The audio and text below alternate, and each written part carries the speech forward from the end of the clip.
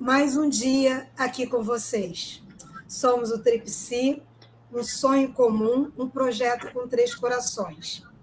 E nesse mês de setembro, nós vamos dedicar para o Setembro Amarelo. E hoje, a Graça está aqui também para poder falar com vocês. Isso mesmo. Vamos falar um pouco, né, sobre a prevenção ao suicídio, que no mês de setembro, um momento especial para se pensar nessa prevenção. Mas já deixo o alerta, isso não é só no mês de setembro que tem que ser a nossa preocupação. Isso tem que ser todos os dias do ano. Só que em setembro, Margarida já explicou lá no vídeo passado, quem não viu vai lá ver, o porquê dessa história de ser amarelo, o porquê da comemoração ser no dia 10 de setembro. Então, quem não viu, vai lá aprender com Margar no vídeo da semana passada. E hoje nós vamos falar, sim, mas hoje o assunto que nós vamos abordar vai ser a relação das altas habilidades e o suicídio. Por que nós vamos falar sobre isso? Porque quando a gente pensa na palavra superdotado, geralmente vem assim à nossa mente a crença de uma pessoa que não precisa de apoio, de uma pessoa que vai ser feliz e sucedido de forma positiva, tanto na vida pessoal, quanto na vida escolar, como na vida profissional. Mas isso é uma crença. Por quê? Porque pessoas com altas habilidades também podem ter problemas emocionais. Somos seres humanos.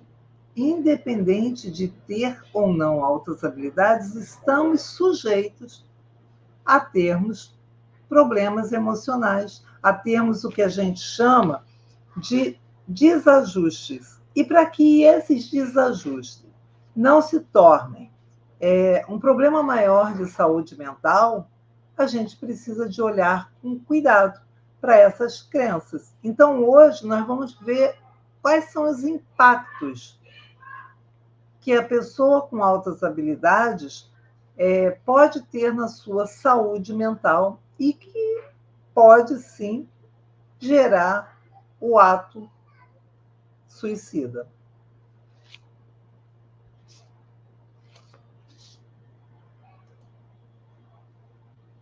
Então, vamos conversar um pouco dos desafios enfrentados por essas pessoas. É comum a gente ouvir falar do isolamento social que essas pessoas acabam ficando. E esse isolamento social acontece muitas vezes por quê? Porque o interesse em comum dessa pessoa é diferente do grupo dos seus pares dentro de escola, dentro da família. Enquanto uma criança, vamos colocar com 3, 4, 5 anos, está muito interessada em conhecer as espécies dos dinossauros, como os dinossauros viveram, quais são os dinossauros e os nomes científicos dele, o porquê que os dinossauros sumiram da Terra, as outras crianças estão preocupadas em aprender a jogar bola, a jogar outro tipo de jogo. E isso faz com que, muitas vezes, a criança com altas habilidades nessa faixa etária não tenha com quem conversar. Isso também acontece lá na época da adolescência. Vamos pensar um adolescente que é assim, apaixonado por mitologia grega ou física quântica, enquanto os seus colegas estão no TikTok fazendo dancinha. E aí ele olha e fala assim, nossa, que gente chata. esse pessoal não entende nada. E aí ele vai se afastando. Ele se afasta não é porque ele quer se isolar, porque ele quer viver sozinho, como as pessoas pensam. É porque ele não encontra pares, ele não encontra o grupo dele para que ele possa fazer trocas que para ele são positivas. Então, diante dessas falta de contato com pessoas que têm o mesmo interesse, isso vai fazendo com que eles vão se buscando esse isolamento social. E dentro desse isolamento social, a gente começa a ter, né, aqueles pensamentos que ficam na cabeça da gente perseverando. Por quê? Porque muitas vezes o meu conhecimento, o que eu desejo é conhecer cada vez mais profundamente, porque uma das outras características dessas pessoas com altas habilidades é ir em busca do autoconhecimento. Elas não ficam esperando que o professor traga, ela vai atrás do conhecimento que ela deseja. E hoje a internet está aí. Então, cada vez mais ela vai se aprofundando em assuntos que não é do interesse dos outros. E também temos, por exemplo, aquelas pessoas que têm muito interesse em um assunto, mas aí só fala sobre o assunto. Só fala... Por exemplo, eu atendi um menino, que hoje já é um rapaz, já tem 18 anos, mas ele só falava do Sonic. E o que era o motivo maior dele gostar do Sonic é porque o Sonic era rápido, o Sonic corria, o Sonic fazia as coisas rápidas. E ele queria ser parecido com o Sonic. Por quê? Porque ele falava, eu penso muito rápido. Então, eu me identifico com esse personagem, porque ele também faz as coisas rápidas. E aí vem a falta de paciência para quem não faz as coisas rápidas. Então, tudo isso pode levar ao isolamento. Mas, ao mesmo tempo, esse isolamento também tem uma grande questão, que é o perfeccionismo. Às vezes eu me isolo porque eu vejo que o outro não faz as coisas com a perfeição que deveria fazer. Então, se eu sei que eu sozinho dou conta, para que eu vou precisar do grupo? Uma das queixas que eu mais ouço das pessoas com altas habilidades, que eu atendo, e que ainda estão no fundamental, né, 2, eu detesto fazer trabalho em grupo. Porque é muita gente dando opinião, muita gente dá opinião sem noção, e o pior, dá opinião sem noção e depois não faz. E aí se contenta com uma nota ruim.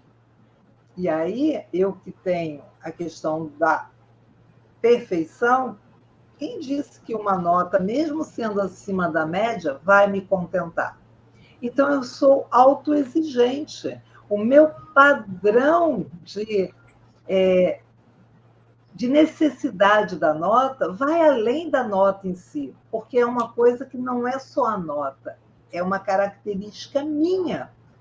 Eu preciso doar, fazer o meu melhor, porque eu cobro de mim esse padrão, e esse padrão muitas vezes acaba sendo inatingível. E isso dificulta, pelo perfeccionismo, muitas vezes o trabalho em grupo. Porque, como eu penso rápido, e eu estudo rápido, aprendo rápido, quando eu vou fazer um trabalho em grupo, o meu colega ou não quer, ou não tem vontade, ou simplesmente está dentro do tempo dele. Graça, e aí, paciência. Eu até percebo que, isso que eu ia falar, que eles não têm paciência para esperar o tempo do outro para fazer. Como ele já pensa muito além, muito rápido, e ele já chega numa conclusão, ele não tem paciência de esperar o outro chegar no mesmo momento que ele, então ele prefere fazer para ser mais rápido, né? não consegue controlar a impaciência, né? A impaciência dele. E aí é o combo, né, Margarida? É a impaciência com o perfeccionismo. Como eu sei que eu vou fazer e eu vou dar o meu melhor, aí eu estou no controle de tudo. Né? Então, assim, eu tenho a impaciência de lidar com o tempo do outro, que é diferente do meu, e, ao mesmo tempo, também por eu querer sempre o melhor do trabalho, eu não tenho a confiança de delegar ações no grupo. Então, assim, eu posso até delegar, mas eu vou me colocar no papel do líder. E esse líder, muitas vezes, não é um líder bonzinho, é um líder crítico, porque você entrega um trabalho, mas está torto aqui. Ah, não, essa letra não ficou boa. E aí o grupo fica decepcionado, frustrado, e lógico que no próximo trabalho não vai querer essa pessoa com eles. E aí ele vai se tornando isolado também. Aí voltamos ao outro desafio do isolamento. Então, a pessoa que passa por isso, ela precisa de compreender que ela tem essas características e essas características têm que ser trabalhadas. Ela tem que desenvolver habilidades para lidar com esse grupo. Porque, por mais que ele seja autodidata, por mais que ele seja inteligente, está faltando nele a inteligência emocional.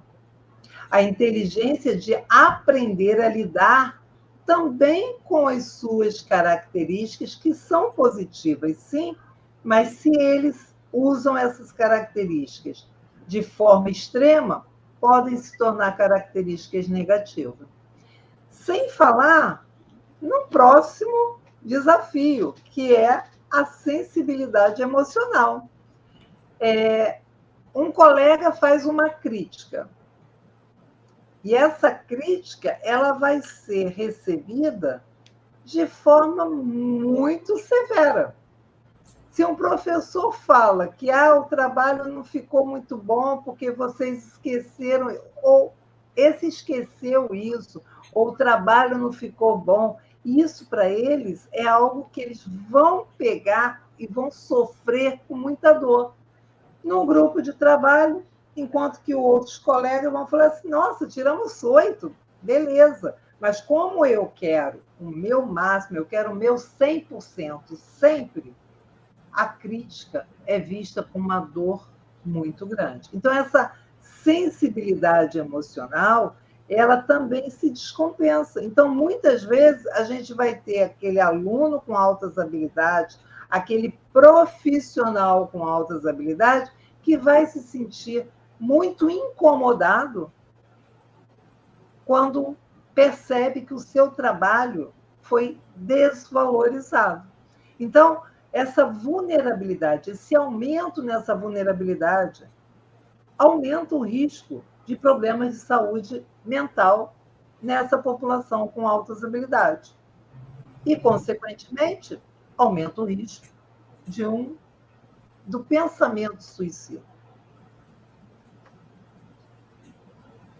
E aí nós temos, assim, a Margarida também trouxe esses dados no encontro passado, mas eu acho que esses dados são significativos e importantes para que a gente sempre perceba que os números são muito altos, né? Há um aumento significativo de 2022 para cá, junto. A segurança pública coloca que foram 16.262 registros de pessoas que se suicidaram.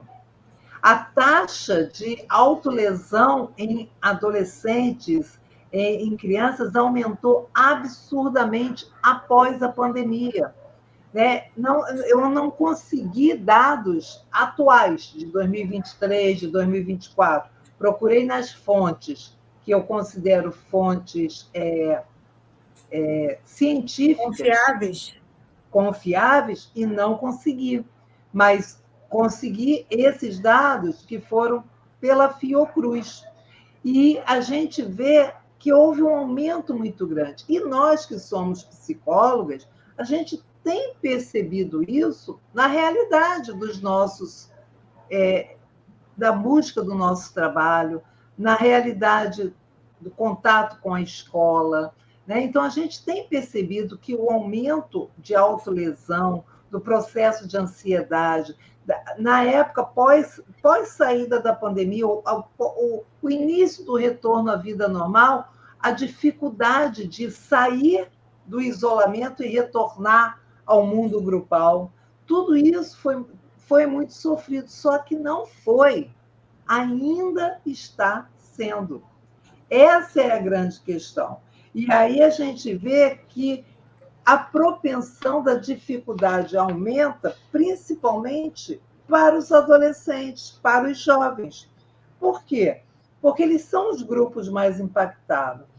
Porque quando você é adulto, não é que você não passou por isso, e talvez ainda passe, mas você sabe que você precisa sair, você precisa ir trabalhar, que você a obrigação do que você precisa fazer acaba fazendo você assumir a sua responsabilidade e, de certa forma, guardar num pote o seu medo, a sua ansiedade, a sua frustração. Isso faz bem para você? Também não faz. Por isso que tem chegado muito mais casos de ansiedade dentro da clínica. Por quê? Porque as pessoas estão reaprendendo a conviver nesse mundo social. Mas para os jovens, eles acabaram descobrindo que a autolesão alivia. E isso tem uma explicação científica, né? Então, quando eu me lesiono, o cérebro deixa de dar atenção a esses pensamentos que estão ali ruminando, porque eles vão direcionar a atenção para o foco da lesão. E isso é o que causa, de certa forma, o alívio, porque eu parei de pensar nas coisas que me incomodam. Esse momento da autolesão se torna um alívio. Muda o foco da dor, né? Exatamente. Então, assim, o foco da dor se torna a atenção e aí os pensamentos deixam de acontecer. Isso tudo explicado muito cientificamente. Mas aqui o nosso interesse não é trazer essas explicações científicas, e sim mostrar e destruir a crença de que isso não está acontecendo.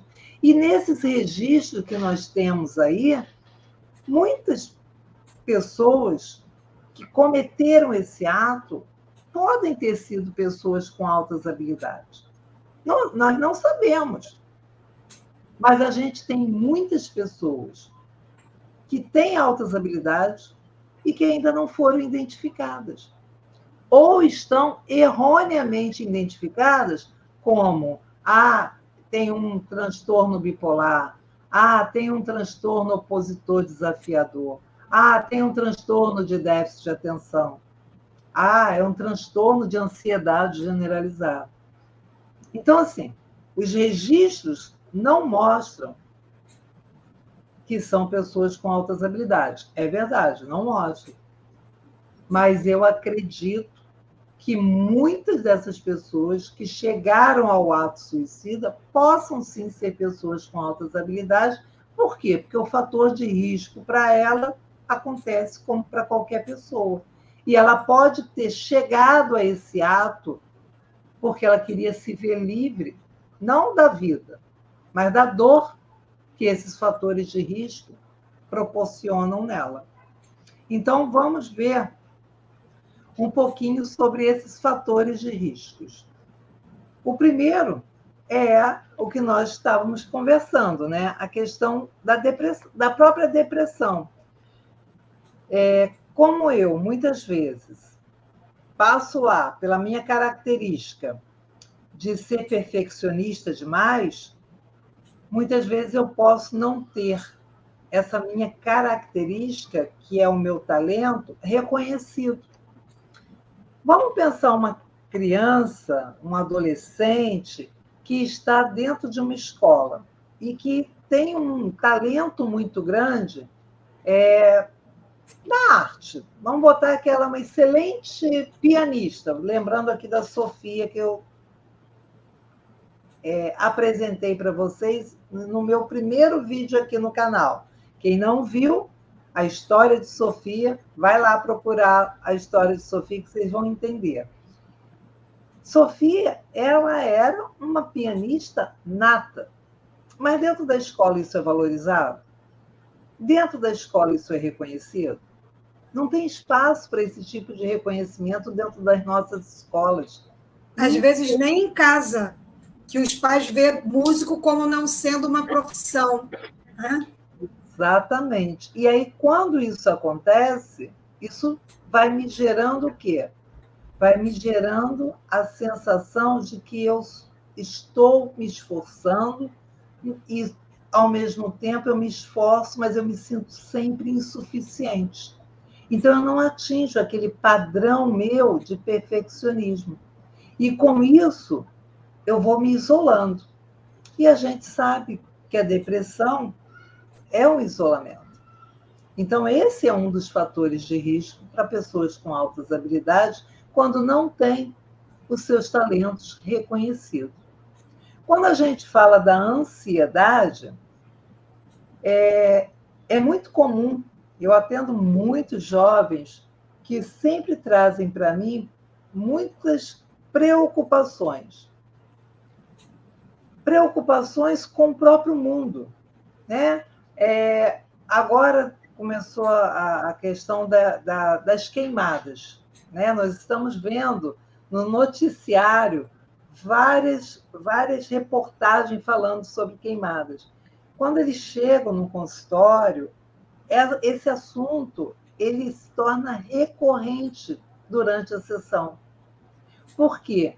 Porque eles se preocupam como vai ser para poder reconstruir esse bioma, como vai ser para limpar essa camada de ozônio. E aí eles vão com uma preocupação tão grande sobre o mundo que muitas vezes, sem ter a resposta, né, sem ver que há ações voltadas para uma recuperação, isso os deixa muito doentes, ansiosos. Tem pessoas que falam para mim assim, mas eu estou tendo crise de pânico, eu durmo, eu tenho sonhado, eu tenho tido pesadelos com essa questão da queimada. Então, isso Graça, será que é também de até perceber, né? Não vai ter mais mundo para mim daqui a pouco, né? Como se a expectativa deles de envelhecer, de ter um mundo, fica um pouco, por eles já serem, né? Ter essa visão mais lá na frente, de ver a possibilidade. Daqui a pouquinho não vai ter mais oxigênio, já tirou tudo. Então, eu acho que essa preocupação de chegar a sonhar, né? Isso é pesadelo, né? Nem sonho. O pesadelo, isso deve ser bem angustiante, né? Total, Margarida, total. Sem contar que existem assim, as outras preocupações do dia a dia. O medo de errar, o medo de decepcionar as pessoas que estão ao nosso redor, né? Existem adolescentes que assim, já são jovens adultos, mas que têm a dificuldade de se colocar porque não querem decepcionar os pais. Então, tudo isso são preocupações. Eu trouxe uma preocupação grande para ver o nível de preocupação que às vezes passa na cabeça de uma pessoa com altas habilidades, que às vezes tem 10 anos, tem 12 anos, mas eles já estão preocupados com isso tudo que está fora deles. Mas existem as outras preocupações normais. A preocupação de que se eu tiro uma nota ruim, eu estou decepcionando o meu pai, porque meu pai espera que eu tire 10. Ou eu sou um jovem adulto, mas eu não posso discordar do que minha mãe e o meu pai dizem, porque eu não quero decepcioná-los.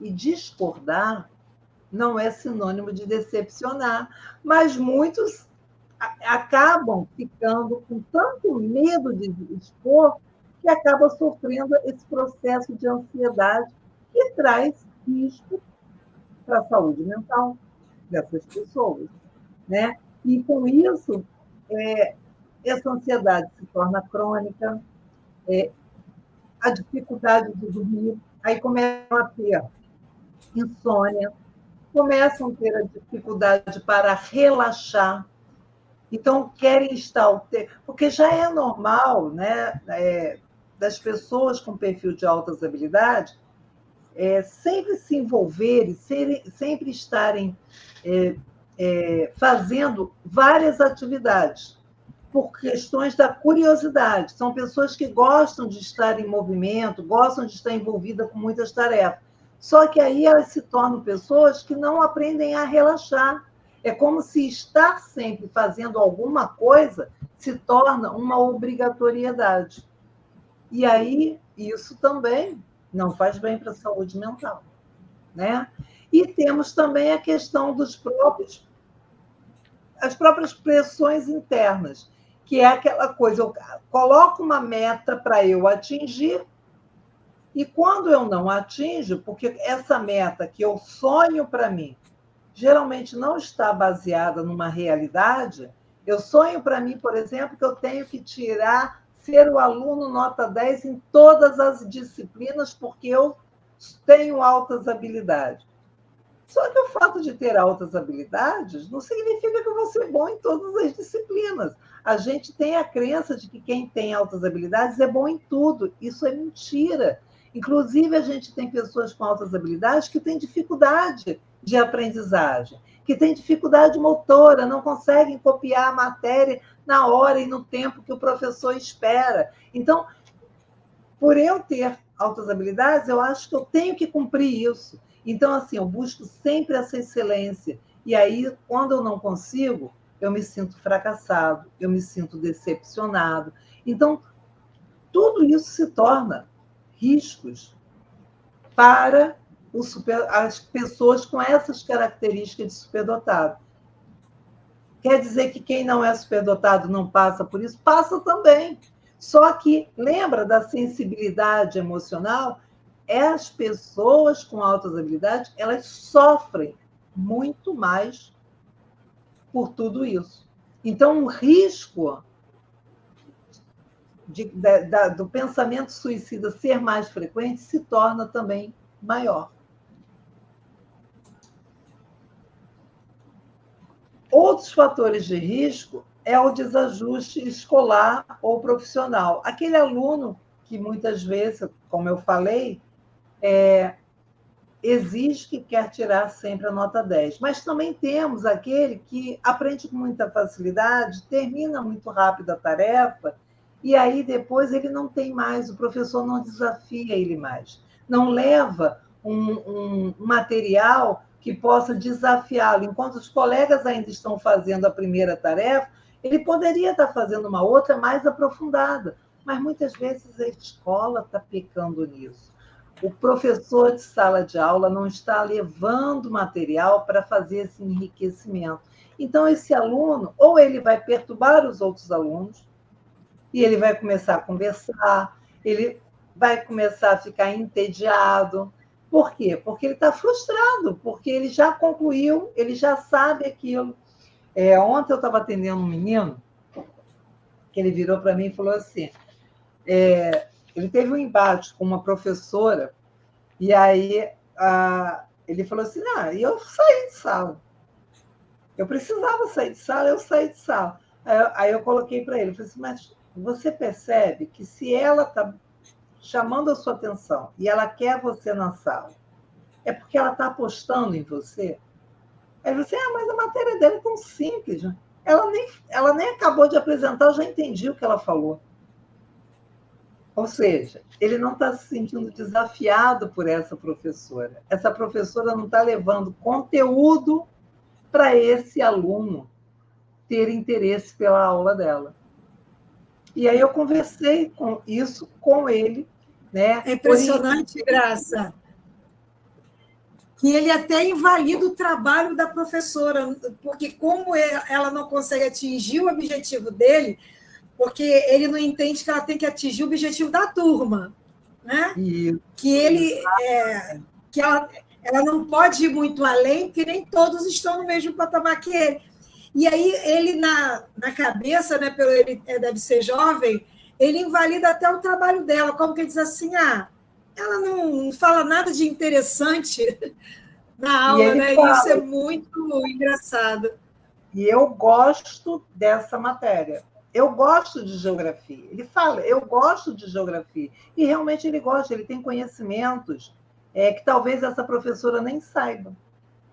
Mas quando ele invalida, a gente vê a dificuldade de comunicação da escola. Esse aluno, eu fiz a identificação, esse aluno está no censo escolar como um aluno com altas habilidades, mas a gente percebe que ou essa professora não foi informada, ou a equipe pedagógica da escola não está se movimentando para que os professores providenciem enriquecimento escolar para esse aluno. Então, a gente vê também outras questões que não é hoje que a gente vai tratar aqui, mas que mostra a falha da escola com o aluno com altas habilidades dentro da escola. Né? Então, são essas questões. Então, assim, esse desajuste escolar ele acontece com muita frequência, assim como o desajuste profissional.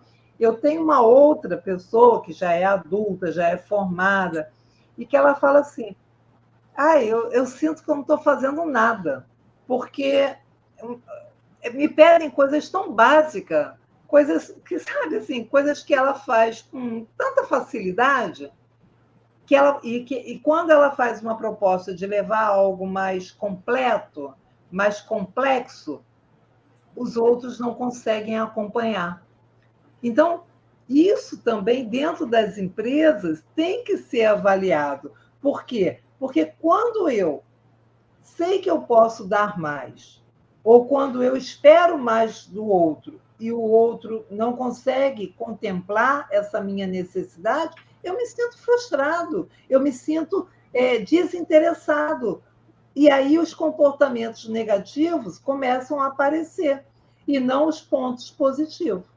Né? Então, assim, esse desajuste escolar e profissional também é um fator de risco. Outro fator de risco é quando a gente tem, por exemplo, uma dupla excepcionalidade. O que é uma dupla excepcionalidade?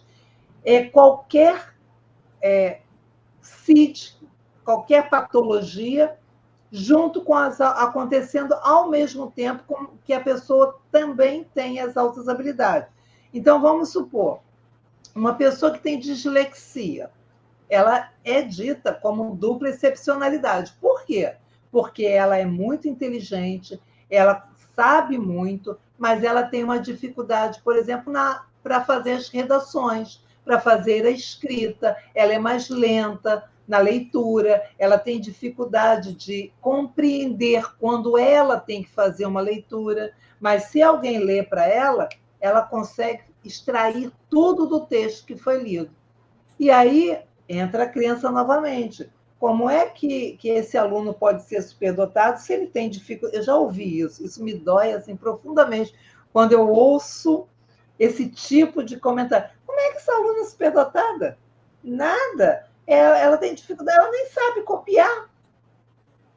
Ou seja, ela sabe, só que ela tem dificuldade na cópia.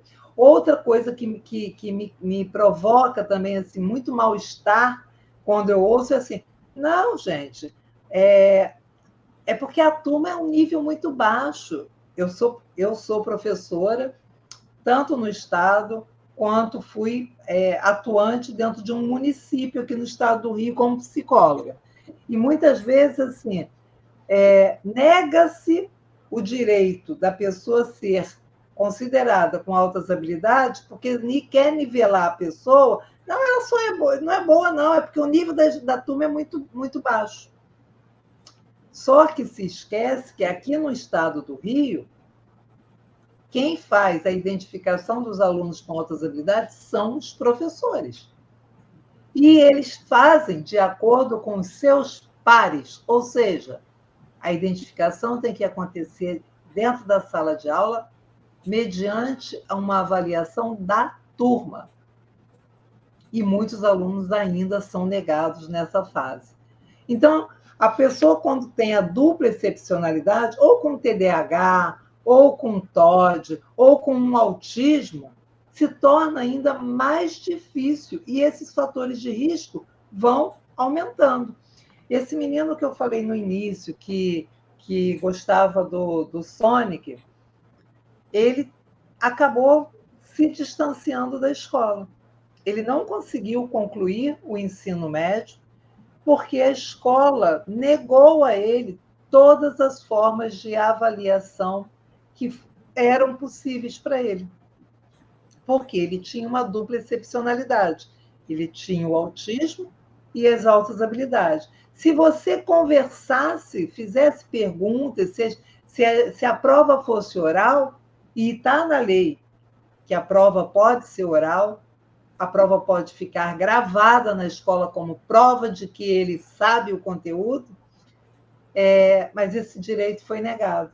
E aí ele não conseguiu aguentar a pressão e ele falava muito em suicídio.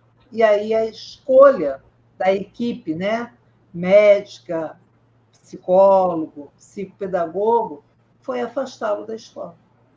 Então, ele está afastado, sem concluir o ensino médio, porque a escola foi um local mais de sofrimento do que de acolhimento para esse aluno. E isso é muito trágico. Nós temos que rever... É até difícil de ouvir uma coisa dessa, né, Graça? Como é que pode uma escola que tem que olhar aquele aluno na mais ampla visão, fazer um corte desse, né? Dizer assim, não pode. Não tem nem parâmetro nisso, né? Parece que é brincadeira. A escola se tornou um lugar muito difícil para ele. E aí, na época, né, a gente teve que afastá-lo da escola. Né? Então, assim, e aí ele não conseguiu mais retornar. Né? Aí a gente aguardou.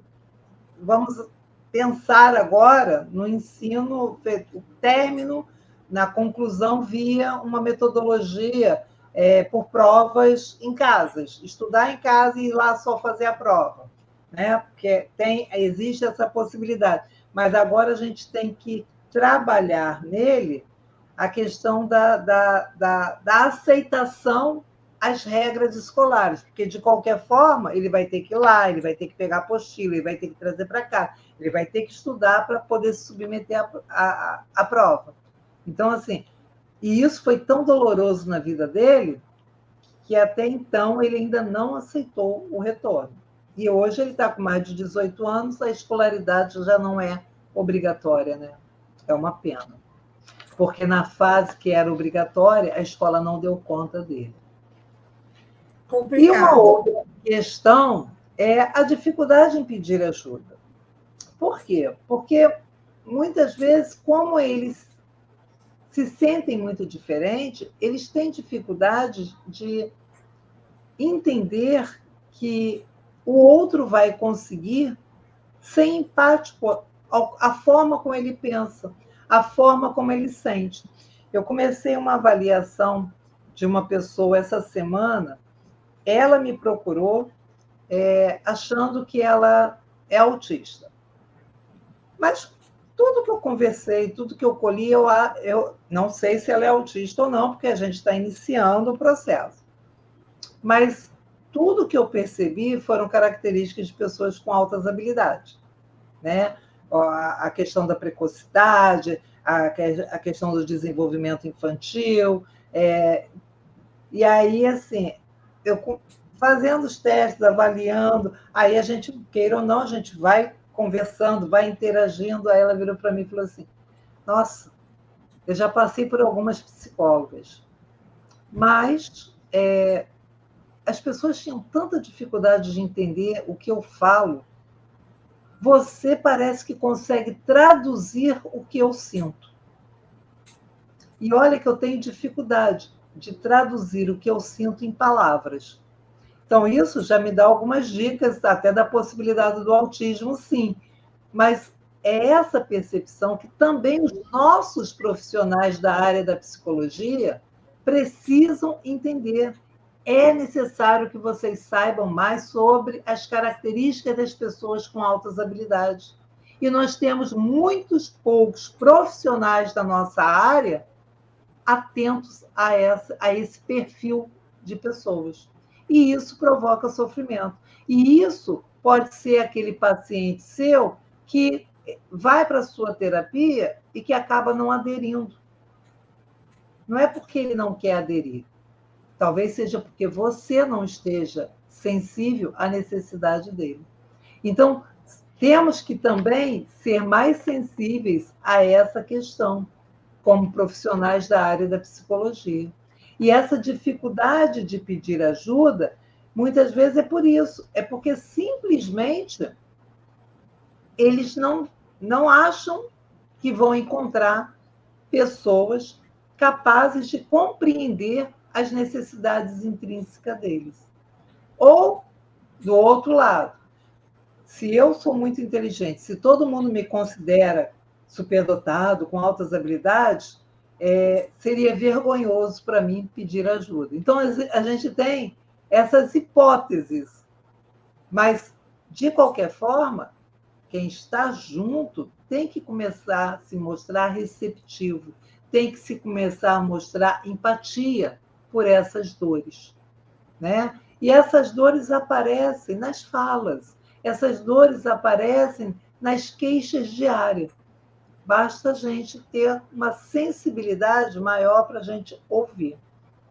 Agora, Margarida, que a gente já falou um pouquinho dos fatores de risco, eu quero perguntar para você e para as pessoas aqui do chat, e quero que as pessoas me respondam. Se coloquem no lugar da pessoa superdotada. Você agora é uma pessoa superdotada. E você está passando por esse desafio. Conta aí para mim no chat como é que vocês se sentiriam. Como é que vocês estão se sentindo agora? Vocês são superdotados e estão passando por todos esses desafios. Escreve aí para mim. Como é que vocês estão se sentindo? Você, Margarida, como é que você está se sentindo? Assim, é bem complicado, né? Porque para a gente que não tem essas altas habilidades, já é complicado viver com essas questões. Imagine para uma pessoa que a todo momento já se cobra. Não que a gente não se cobre, mas não cobra com essa intensidade, com esse valor que as pessoas que têm altas habilidades se cobram. E já é difícil da gente pedir ajuda, porque hoje em dia as pessoas não querem mais ouvir. Eu sinto, né, no consultório muita queixa sobre isso. As pessoas não gostam de ouvir, reclamam, chegam reclamando, as pessoas parece que não me ouvem, não me entendem. E é complicado você ter alguém de confiança para poder falar, e é mais complicado ainda quando você vai procurar um profissional e esse profissional não invalida o seu sentimento, entendeu? Por falta, e não é por mal, é por falta realmente de conhecimento, de não saber lidar com pessoas que têm altas habilidades. E eu cada vez mais entrando, né, convivendo com você, te ouvindo, eu vou entrando cada vez mais nesse assunto e percebo que, às vezes, poxa, eu não ouvia isso dessa maneira, agora eu já ouço de uma outra forma. E é justamente isso, né? O João está aqui dizendo que ele se sente pressionado. E é geralmente essa sensação, porque você não consegue dar vazão aos seus sentimentos. é como se você tivesse simplesmente tendo que agir de acordo com as expectativas do outro e não com as suas expectativas, né? Então, é mais ou menos assim que eu me sentiria se eu fosse uma pessoa com altas habilidades, né? Eu me sentiria assim, no momento, sem encontrar pessoas que possam me dar esse apoio, me dar esse amparato e dizer para mim assim, olha, você está assim, está bem, o que você está sentindo é isso mesmo, não faz mal sentir, vai melhorar, é por isso, por esse lado aqui, e não fazer como um peso, desvalidando aquilo que ele sente, né? Pois é. E se sentir pressionado, se sentir dessa forma, te levaria para que lugar? Para a alegria ou para o Não, sofrimento? para tristeza e talvez assim, eu acredito que eu não chegaria às vias de fato, mas talvez eu fosse ficar bastante deprimida, Pois entendeu? é. A Mirtes aqui também está falando que ela se sentia muito desprezada. Me sinto muito desprezada. Pois é. É Então, essa é sensação, né? que a gente precisa de começar a entender, né? Entender que esses sentimentos vão causar dor, sofrimento, que ninguém gosta de viver. Nós não, eu costumo dizer assim, nós não merecemos viver pressionado, nós não merecemos ser desprezados, nós merecemos o que é melhor da vida. Mas para que a gente tenha o melhor da vida, a gente também precisa de ter o acolhimento das pessoas Assim, que estão. Graça, porque assim, a gente ser pressionado e a gente ser até às vezes desprezada, isso acaba acontecendo para qualquer pessoa da vida. Eu Sim, acho que é importante também dizer qual é a forma que a gente vai lidar com isso. Porque, assim, a pressão, às vezes, vem nem tanto pelas pessoas de fora. A gente é que se sente pressionado, como você até falou ali, pela expectativa do outro, em atender a expectativa do outro, a ser o melhor que o outro. E você está dando o seu melhor. Eu acho que você também tem que ter consciência que você está dando o seu melhor. Se o outro talvez não tenha percebido isso, né? Ou por uma falta de comunicação, ou até mesmo porque não atendeu às expectativas do outro, que nós nunca vamos atender as expectativas do outro. É muito complicado, porque o outro vai ter os desejos dele e nós temos os nossos. Então, não vai dar, como diria a juventude de hoje, não vai dar match, né? Não vai dar liga, porque são coisas diferentes. E a importância que a gente tem que deixar até para esses jovens, que a preocupação até nesse período crescente de jovens, que eles têm que começar a entender qual é o seu lugar, quais são as suas expectativas, quais são os seus desejos, e ao invés de ficar tentando atender os desejos do outro, começar a colocar os seus próprios desejos, porque às vezes é só comunicação. Não tem a comunicação, não fala, fica uma coisa velada. Os pais acham que está dando o melhor, os filhos ficam recebendo aquilo, sufocando, e ao invés de chegar assim, isso está demais para mim, não é assim que eu quero, tem medo. Né? Tem pais que... eu lembro da semana passada eu falando que nunca é tarde da gente formar esse vínculo com nossos filhos. A gente tem que deixar os nossos filhos abertos para poder falar os nossos sentimentos. E os filhos também não devem ter medo de chegar para os pais e dizer aquilo que precisa, aquilo que está incomodando, aquilo que está angustiando, aquilo que está pressionando. Às vezes é falta só de conversa. E aí, às vezes, conversa e diz assim, poxa, meu pai aceitou tão bem e eu aqui sofrendo por falta de comunicação. Né? E, às vezes, a conversa pode até... Você está me fazendo lembrar que ontem eu tive uma conversa com a minha filha. E aí, assim, às vezes a conversa não vai agradar, vai fazer o filho da gente chorar, mas também é necessário que haja uma honestidade nesse diálogo. Né? É um diálogo onde um não pode negar, não pode omitir, não pode camuflar o que espera do outro. E se um quer uma coisa, o outro quer outra, tudo bem, vamos ver, vamos tentar mediar. Não conseguiu mediar, a gente vai se ajustar. Eu dou um passo, o outro dá um passo, porque é assim que a gente tem que aprender a viver, de uma forma mais democrática. Eu acho que é essa troca que é importante. Por quê? Porque um está ouvindo o outro, um está sabendo identificar aonde está a dor do outro. Por quê? Porque pai e mãe criam, sim, expectativas para os filhos, assim como os filhos têm uma expectativa em relação ao pai e à mãe. E a gente precisa de ajustar isso para que a comunicação seja leve, para que as coisas fluam sem tanta dor. Agora, é importante que a gente esteja alerta para isso. E aí, como que a gente pode, onde a gente pode buscar algum tipo de auxílio, né? Nós temos aqui, nos Estados Unidos, a gente tem um estudo da Associação Americana de Psicologia, né, que ela faz um trabalho, ela produz pesquisas sobre saúde mental, comportamento, política pública, e ela sempre traz dados falando sobre a vida, a forma de pensar,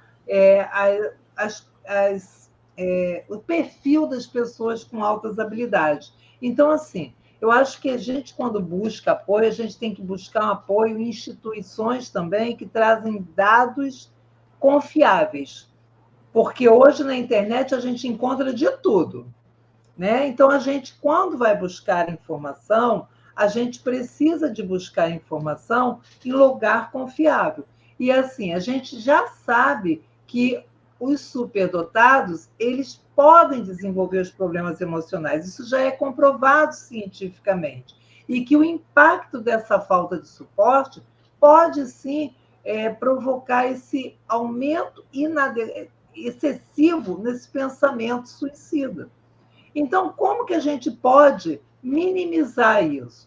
Fazendo a questão do apoio adequado, né? É um ambiente de apoio.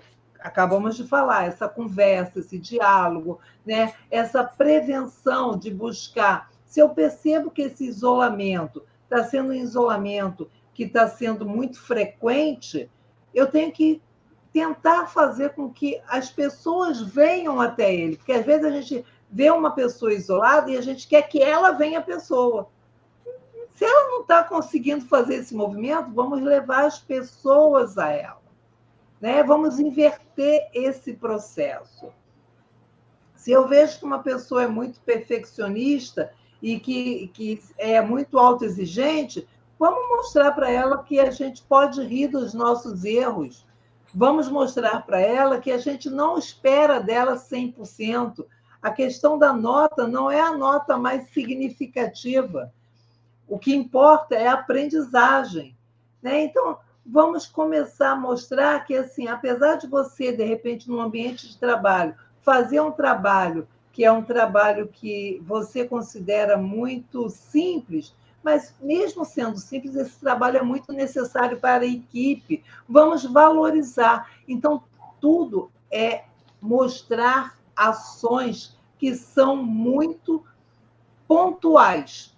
Não adianta eu ficar querendo coisas absurdas. Ah, a Cris está colocando aqui. Sou muito perfeccionista, sofro com isso. Pois é. Mas aí, Cris, você é muito perfeccionista. Mas quando alguém fala assim, nossa, seu bolo está lindo, isso não te traz a satisfação? Então, o elogio quebra a necessidade, né, de eu me sentir o tempo todo com essa necessidade de fazer tudo muito certo. E aprender que, às vezes, o que eu considero certo nem é o que o outro está esperando. Muitas vezes, o outro não espera. Eu ainda acho que poderia ser melhor. Pois é, mas essa é a característica das pessoas com altas habilidades, né? Ela dá o seu melhor e ela acha que, assim, ela ainda poderia dar mais. Se eu dei 100%, eu poderia dar 105%. Ok, vamos dar em um outro momento. Vamos aprender com esse 100% e amanhã eu dou 105%. Vamos ter... Hoje, por exemplo, hoje eu tinha uma atividade para fazer à tarde. Eu não consegui fazer. Mas eu escolhi o quê? Eu escolhi me beneficiar e fazer uma coisa que, para mim, naquele momento, era mais importante. Ah, mas eu não cumpri minha tarefa. Isso passa pela minha cabeça. Eu era para ter ido lá, eu era para ter feito aquilo. Passa pela cabeça. Só que aí eu pondero. Eu tinha que cumprir essa obrigação. Mas aonde que estaria eu, Graça, nesse momento? Eu estaria, nesse momento, lá, cumprindo a tarefa, eu estaria bem comigo mesma? Então, eu optei por mim. E isso é aprendizagem. A terapia ajuda a gente a fazer esse balanceamento para que a gente não sofra na vida da gente.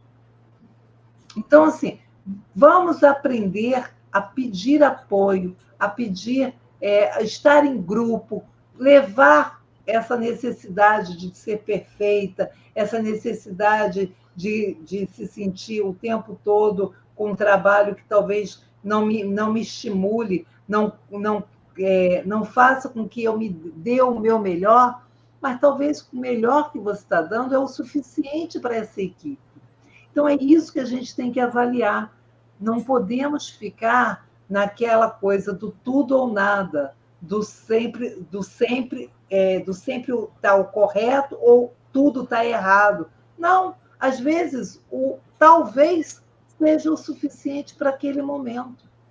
Então, vamos aprender a lidar sem ser de forma dicotômica.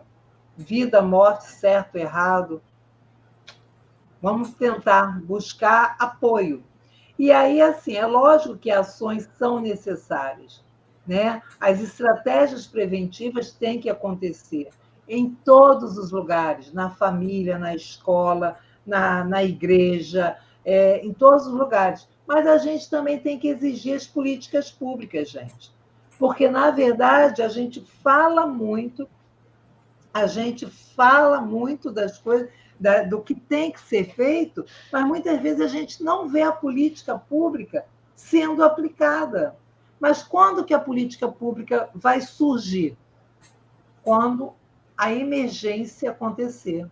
Então, para isso, a gente precisa de ter pessoas identificadas com altas habilidades, a gente precisa de ter famílias falando dos seus filhos com esses perfis. A escola tem que aprender a lidar com esses alunos e não negligenciá-los, como é o hábito no ambiente escolar.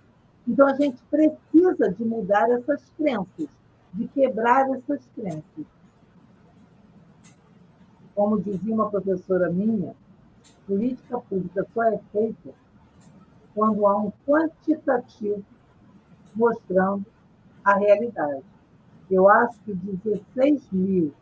16.200 pessoas com registro de suicídio é o suficiente para que políticas públicas sejam melhores aplicadas dentro do nosso país. Mas eu não fico esperando pela política pública. Eu faço o que eu posso.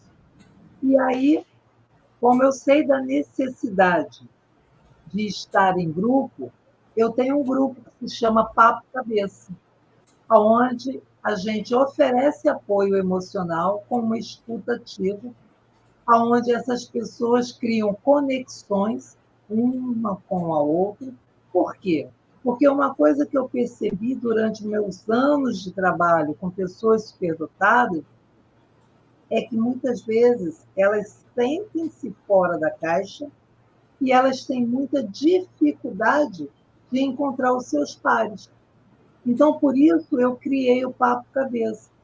É onde a gente trabalha a partir no Papo Cabeça, eu coloco de 14 anos para cima, né? Dos adolescentes para cima. E aí, ali, eu tenho adolescente, eu tenho adulto, eu tenho jovem adulto. Por quê? Porque os adolescentes estão aprendendo a desvendar, muitas vezes, a questão da dinâmica de escolha de profissão, do como é ser profissional, acabei uma faculdade, como eu vou trabalhar, enquanto que os adultos que estão ali também os auxiliam por já terem vivenciado esse período. Então, a troca existe, a conexão entre eles existe. Então, esse grupo é um grupo que a gente se reúne para essas trocas. Em alguns momentos, eu levo uma atividade direcionada, em alguns momentos, é um encontro de bate-papo livre, em alguns momentos, são com dinâmicas, mas é onde a gente cria e dá o suporte para essas pessoas não se sentirem isoladas, para essas pessoas poderem falar do como se sentem diante do seu perfeccionismo, da sua ansiedade, dos possíveis gatilhos depressivos. E ali a gente faz um trabalho terapêutico. Ali não é terapia, mas é um grupo terapêutico, né? E aí, assim, para mostrar como que esse trabalho auxilia as pessoas, eu trouxe alguns depoimentos, alguns relatos deles, né? Onde o JP coloca: desde que comecei a participar do Papo Cabeça, comecei a me entender melhor, principalmente quando a ansiedade e como controlá-la. E sinto que estou melhorando muito nesse aspecto. É um caminho difícil, mas fica mais fácil com o grupo. Então, é isso. Quando a gente começa a ver que a gente não está sozinho nas nossas mazelas, nas nossas dores, a gente também consegue lidar melhor com tudo isso. Margarida, você consegue ler o da Júlia? Consigo. Participar do Papo Cabeça é uma forma de explorar meus pensamentos com pessoas que querem melhorar. Eu estou muito feliz de participar dos encontros. Essa eu posso revelar o nome, porque essa é a minha filha. Né? Então, assim, eu posso dizer, e para ela realmente é muito benéfico, porque ela tem mediado bastante a ansiedade dela, o como fazer tantas coisas. Então, isso é um momento que, assim, mesmo sendo minha filha, o quanto que esse encontro no Papo Cabeça, para ela, é importante. Então, é isso que eu quero trazer para vocês, que estar em grupo, de fazer, procurar seus pares, faz toda a diferença. Então, você que está assistindo esse vídeo e que se sente dessa forma e que não se sente pertencente a lugar nenhum, fica o convite aí. Venha participar do Papo Cabeça. E temos outros aqui, um outro depoimento. Esse é o da NE, que é: participar do Papo Cabeça tem sido muito bacana e construtivo para mim. É um espaço onde abordamos uma variedade de temas relacionados às altas habilidades. Me sinto completamente à vontade para expressar minhas opiniões. Por quê? Porque dentro desse grupo a gente cria códigos de segurança. Né? Embora não seja terapia, é um espaço de grupo terapêutico, mas nós temos um combinado de que o que acontece no grupo terapêutico permanece no grupo terapêutico. Então, assim, é possível se abrir, é possível falar de si mesmo sem ser julgado, sem ser criticado e sem que esse tema seja levado para fora do grupo. O importante, Graça, de notar que é um lugar onde as pessoas vivem por aquilo que a pessoa está vivendo. Não é um grupo onde cada um tem um sentimento. É um grupo de pessoas com altas habilidades e que eles conseguem entender a dificuldade, o sofrimento, as angústias de cada um, porque eles vivem isso também. Eu acho importante dizer isso. Que não é um grupo qualquer, é um grupo de pessoas que tem ali o mesmo objetivo, se entender através das altas habilidades, né? Que é complicado. Pois é, ou seja, aquela sensação de que, assim, se eu vou pedir ajuda, o outro não vai me entender, nesse grupo não existe. Porque quando eu falo da minha dor, o outro está sentindo na mesma intensidade. Então, justamente, às vezes, até por já ter passado por esse período da adolescência, ele consegue retribuir para esse adolescente formas e estratégias, dar dicas de como minimizar esse sofrimento. Então, essa percepção de que o outro está me entendendo porque ele também tem essas características e esse perfil faz toda a diferença, né? A NE continua: as interações com os participantes são ótimas, acolhedoras. Muitas vezes reunimos experiências semelhantes às minhas. Além disso, consigo identificar novas formas de agir por meio dos depoimentos e reflexões dos demais participantes. Então, assim, é um momento onde a escuta ativa está acontecendo, não só por conta da minha ação como terapeuta, mas com a ação onde eu também me coloco ali como um participante, onde eles se veem um auxiliando ao outro. A MR, eu leio para você. O Papo Cabeça é muito importante para reorganizar a nossa mente e nos fazer compreender que podemos resolver as situações diárias sem muita dificuldade. Pois é. Então, assim, eu quis trazer esses exemplos, né, esses relatos. Por quê? Porque a gente está falando de uma prevenção ao suicídio. E, às vezes, a gente não tem aonde buscar isso, né? A gente até tem onde buscar essa intervenção, e eu acho que isso é importante, né? Que a gente tem o Centro de Valorização da Vida. A gente pode ligar para o número 188 a qualquer momento, que vai ter alguém lá para ouvir. Mas quando a gente fala das pessoas com altas habilidades, talvez do outro lado não tenha alguém que seja sensível a essas questões que são muito características. Então, assim, a gente também não pode ficar esperando que só as políticas públicas, que só as ações governamentais aconteçam. Vamos arregaçar a manga, vamos fazer a nossa parte, vamos fazer a nossa escuta, vamos fazer a nossa sensibilidade aflorar para quem está ao nosso lado, no nosso convívio.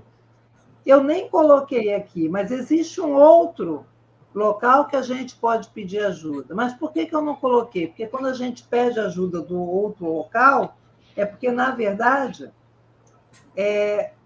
o ato já aconteceu, que é o da SAMU, que é chamado, muitas vezes, na emergência, na urgência, para que tente ressuscitar, para que tente levar correndo essa pessoa para o hospital, para ela não morrer.